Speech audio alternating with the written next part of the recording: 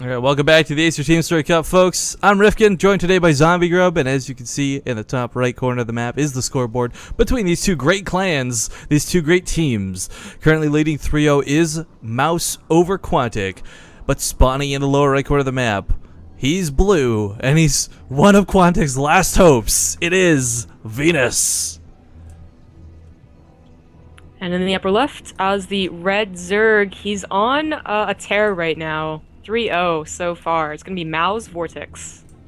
Yeah, I don't know if it's just commercials having eventually affected me over years of watching TV, but like, I read Venus and immediately in my head that stupid song like, I'm your Venus, I'm your fire, your desire. Okay, I'm going to stop right there. It won't kill your guys' ears too much this morning, but yeah, he's actually a really good player. This is a guy, by the way, the first time I got to see Venus. Had never really heard of him before. He joined Quantic. He was a Korean player that was just not someone who stood out. But then we got Nathaniel and I, actually, I believe it was, were casting the Root vs. Quantic Best of 9 show match a little while ago for Showcraft TV, and Venus came out, and he pretty much almost all killed Root. It took Puck to bring him down after like 4 kills or something insane like that, so he's got some good skills. Is it good enough to beat Vortix? I don't know, because Vortix is playing so ferocious today. He, like, a 3-0 already, knocking out some of the best players that Quantic has to offer. Mm-hmm. I mean, let's be honest, that game versus Hyun, he made Hyun look easy. It's not easy to make Hyun look easy. Yeah, he's been playing really, really good. He seems to be, like, you know, have that, you know, stroke of luck. Because it really was. Like, the Queen went down and they didn't have a wall, and that's what made Vortex win, like, straight up. Mm-hmm. So, it's, you know, it seems to be his day, and if Venus can, you know, finally tear him down, that's going to help the momentum, first of all, and just, you know, take out a really heavy contender as well. And Akalon is a great map for Venus to go ahead and do that.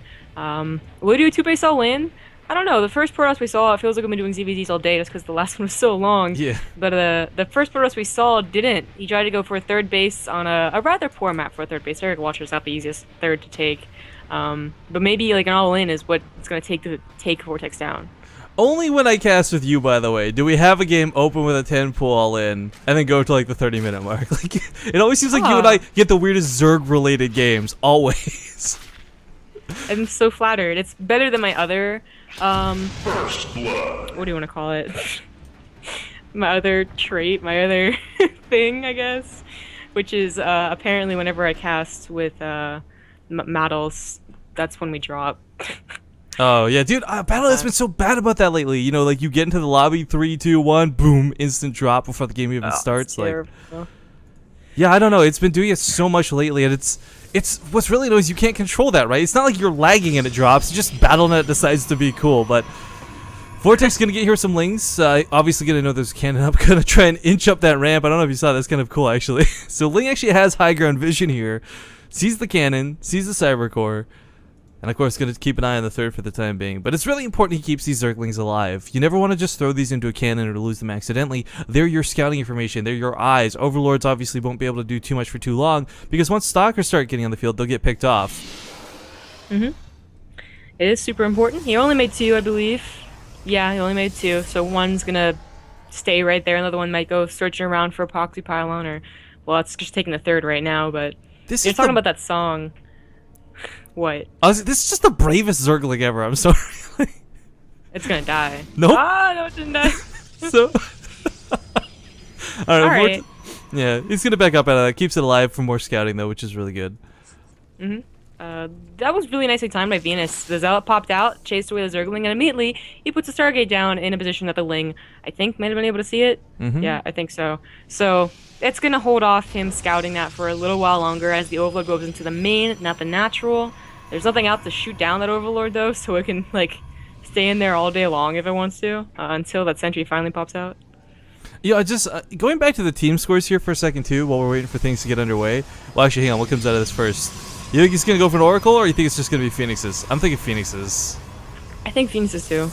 Alright, cool. Yep, there we go. High five, we're both right. Yeah. Anyways, what I was gonna say for the team score though is, this is actually a really good situation, but a really scary situation too. Vortex, who's currently up 3-0, can't let the, I guess, the cockiness get to him. Like, you can never really treat this like it's anything less than a really important game, because again, Mouz winning today, guys, is the difference of them being within the top 4 or not for the Acer Team Story Cup. So I kind of like that they're not starting to get a little bit like silly. Like Vortix is keeping it cool. He's not going for like these crazy all-ins just to try and rush a game over, but instead gonna know that, all right, every game I play is so important for my team, not just for me. Because I highly doubt, like, it's usually the team managers that have to do the strategy, right? Like, who comes out next and worrying about who's afterwards. Whereas the players are just here to play. They want to win and they want to do their best. So I like that Vortix hasn't kind of let the 3-0 get to his head, so to speak. But as we've seen with other Acer Team Story Cups, the reason I'm bringing all this up is, like, typically we'll see games go 3-0 or series go 3-0, and that's when it gets turned around. So this is a really pivotal game, not just because this almost puts Quantic on match point, but because that's just been the common theme of, like, the last 9 times I've cast the Acer Team Story Cup. Alright, good to know. So, not counter all-ins. That's not a word. Hey, it can be. Reverse all kills. There, I guess it's a new word, and I made it, so trademark. But no, reverse all kills, I guess, common in this Acer Team Story Cup. But the first queen will be, well, an overlord and a queen will be some of the first to die to this Phoenix opener, which Vortix was not completely ready for. He had 2 spores of the third, but he didn't have any spores of the main right until now. Yeah, and a big part of this is because the severe lack of scouting. I mean, he had that cool Ling for a long time, but again, he chased it off, put that down really quick, and now we got the Robo Bay coming up, so expecting Hydralisks to come as a response to this, but Vortix not making Hydralisks just yet. Investing in the range upgrades, we'll certainly see them at some point, but Colossus are going to pretty much fry anything on the ground if they've got the appropriate sentry count. There's not a lot of sentries currently available, which means there won't be a lot of energy available for later on, but unnecessary for now is he's just going to keep map control with these Phoenixes. And Aklon's such an easy third to take that you don't really have to worry about those Ling, like weirdly timed Ling attacks, you know, with like the 30 to 40 Lings that try and kill your third. You don't really have to worry about that because the choke is just so scary for a Zerg to go into. The Roach Hydra attack also a lot easier to take care of. Lings do get in here, but they need to be so careful. No, they might be about the probe. Yeah, gonna go for the probe. Get the probe and run right past the force fields. Actually, Venus actually did he lock himself out of his base? No, he's just not following through. Is all okay. But gonna lose a couple more probes for this. A little unnecessarily, I might add. But all right. What I was going to say, though, I just realized Protoss are the biggest scumbag race when it comes to names, because Colossus, Colossi, Colossuses, Phoenix, Phoenixin, Phoenix, like, every other race, very clear pluralization of units. Dislike, Zombie Grub, dislike. I'm pretty sure it's Colossus, Nexi, and Phoenix is a plural by itself. I could be wrong, though. The plural of Mouz is geese.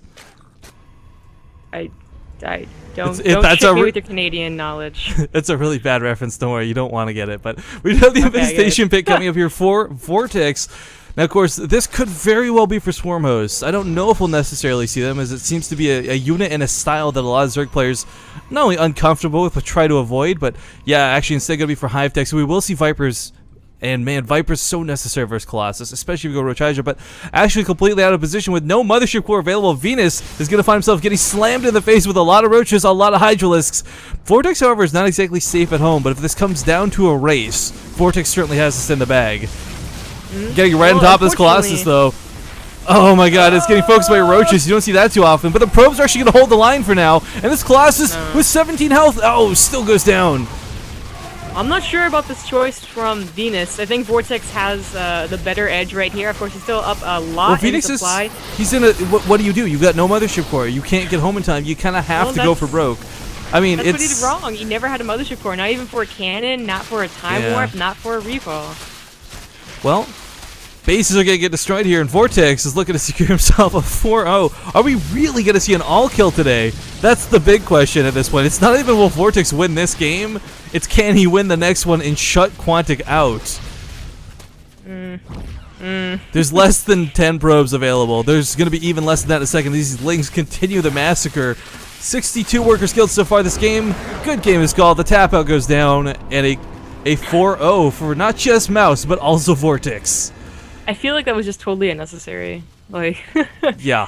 It just was simply he didn't see that coming, and he had no option to get back. But, you know, that's why you get a Mothership Core. Dude, okay, quick question before we do like ad breaks and stuff.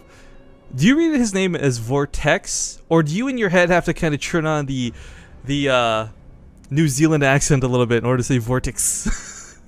Like with the IX. I don't know. Vortix. That's. I always feel like I'm like from Flight of the Conchords when I say his name. Like, it's Vortix.